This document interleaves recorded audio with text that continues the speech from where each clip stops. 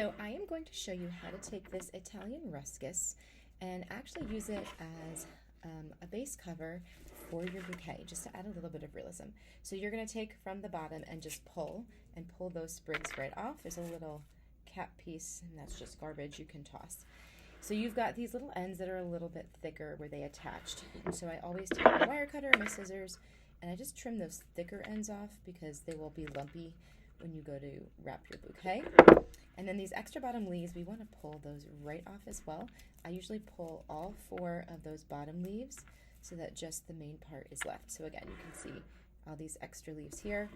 I just pull them right off. You don't need to cut them off. These are going to come off super easy.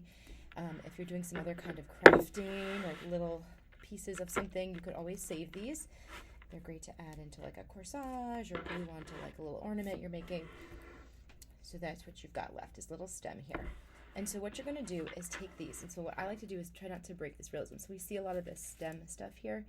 So you can take this in and add it right here. And it covers that up and gives it that little bit of realism. And so I will just take my floral tape, or in this case I'm using electrical tape just because it has a nice stretch and it's easy to use. And I will wrap it, and then I will hold it, and I'll add my next piece in. You don't necessarily have to go super thick on this. It's just wherever you feel like you need it, and I kind of work it between the leaves so that it's not just kind of like where it needs to go.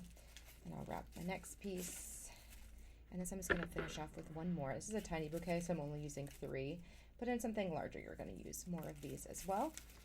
And then I just finish and kind of just wrap a little down where it ends are so that it's going to be a nice smooth finish when I go to wrap this with my either twine or my ribbon. And so now you can see it just covers a little bit of that up. I know your hands are there anyway, or it might be sitting in a jar, but it just helps to add that little bit, if someone were to pick it up and hold it and see it or take photos of it, that little bit of realism right there on the bottom.